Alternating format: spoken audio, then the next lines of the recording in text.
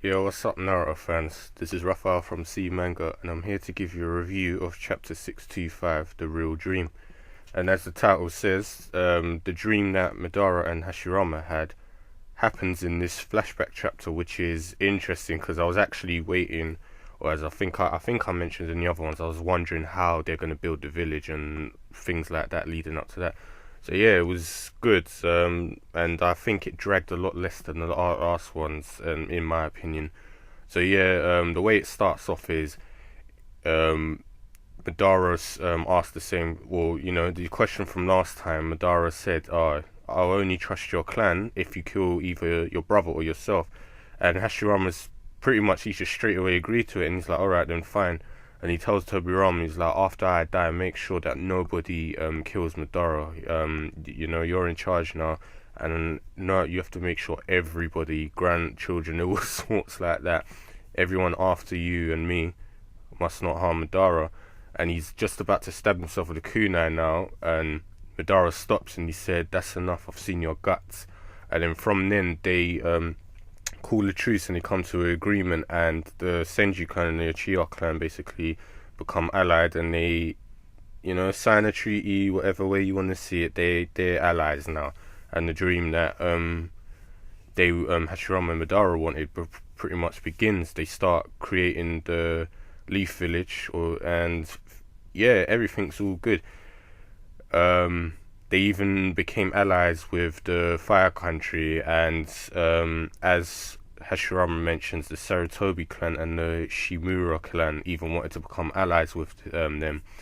So they go back to the spot they were talking when they were younger, and Hashirama basically proposes that Madara becomes the Hokage for the Fire Country, and Madara's obviously reluctant, but Hashirama says, "You got no brothers left. Like, see this as a way of you leading and caring for your brothers."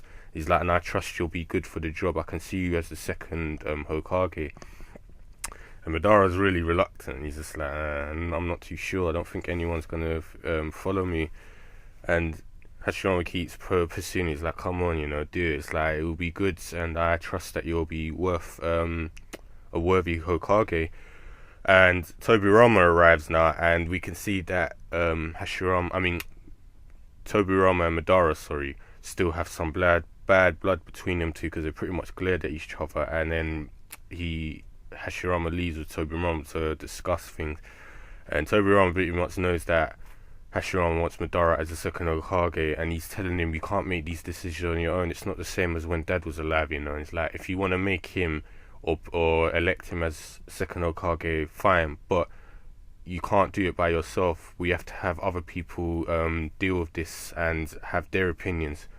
And obviously, Tobirama has no interest in Madara, and he doesn't want him becoming Hokage. He says he doesn't trust him or the Uchiha, and he knows that their eye techniques become more powerful when they're angry. So he has no trust for them, and he's like, there's no telling what they're thinking. And Hashirama keeps, like, "No, that's not true. We're at peace now. We don't be talking about that ever again." And he's saying that he believes Madara will be suitable for it. So they continue like arguing about it, and Hashirama feels a chakra outside. And when he goes to look, he sees a leaf left with a hole in it, and it was the same leaf that Madara was holding earlier when he told Hashirama what the name of the village should be called, and he said "village hidden in the leaf." So he's picked that up, and he knows now that Madara's been there listening. And Toriyama's like, "Well, we'll discuss this later." He's like, "From now on, we're gonna use basically politics to deal with this, not just, oh yeah, because you're in charge, will you decide." And yeah, later in the chapter now, Madara's speaking with Hashirama, and they're like, I think it's like either a Uchiha tomb or something, because there's like a monument there that's been passed down for generations. Apparently he could only decipher a bit of it, and it's saying, "Looking for stability, one god was divided into yin and yang. The actions of the two opposing forces created all things in nature." And he believes this logic applies to anything. It's like, in other words, if two opposing forces like themselves cooperate, real happiness can be obtained. But Madara like feels like this is not true for them, and he's like, don't think I don't know anything, Hashirama. And Tobirama tells us like, nah, leave him. Hashirama says, leave Tobirama to me. It's like, I can't do this without you. You know, you have to be the Hokage as my right arm and as my brother. He's like, you know, please, I was like, I trust you, and people eventually will understand you too. And he's like, I know you'll be good enough to be second Hokage. And Madara's like, your brother probably be that though. He's like, and if that's the case, the Uchiha are going to be exterminated. And I even tried making the Uchiha leave the village, but no one listened to them. And he's like, I couldn't protect my brother, I couldn't even protect my clan. And it's like, I can't even convince my fellow Uchiha to listen to me. No one trusts me, so I can't even protect them. And Hashirama is still persistently saying, no, it's not true, you know, everyone will realize your intentions, that you're good. And he's like, maybe that time I should have ordered you to kill your brother, Hashirama. He's like, you call me your brother, but really, it's like, for the village, would you kill me or would you kill him, Tobirama? And that leaves Thing kind of speechless. And he's like, I understand what you're doing and I understand your views and points, but it's like, I can't do this no more. I gotta leave the village. And it's like, I found another way. And he's like, after we showed each other our guts, I realized cooperation is basically nothing but just a fake, a silent fight. It's not real. And Ashram is still, as usual, you know, trying to convince him. It's like, it depends on how you I can't let you do this, you know. And Madara is basically completely convinced now he has to leave. No one's gonna ever listen to him. And he's like, it's best we just look at this world as just entertainment. He's like, you're the only one who can compete with me.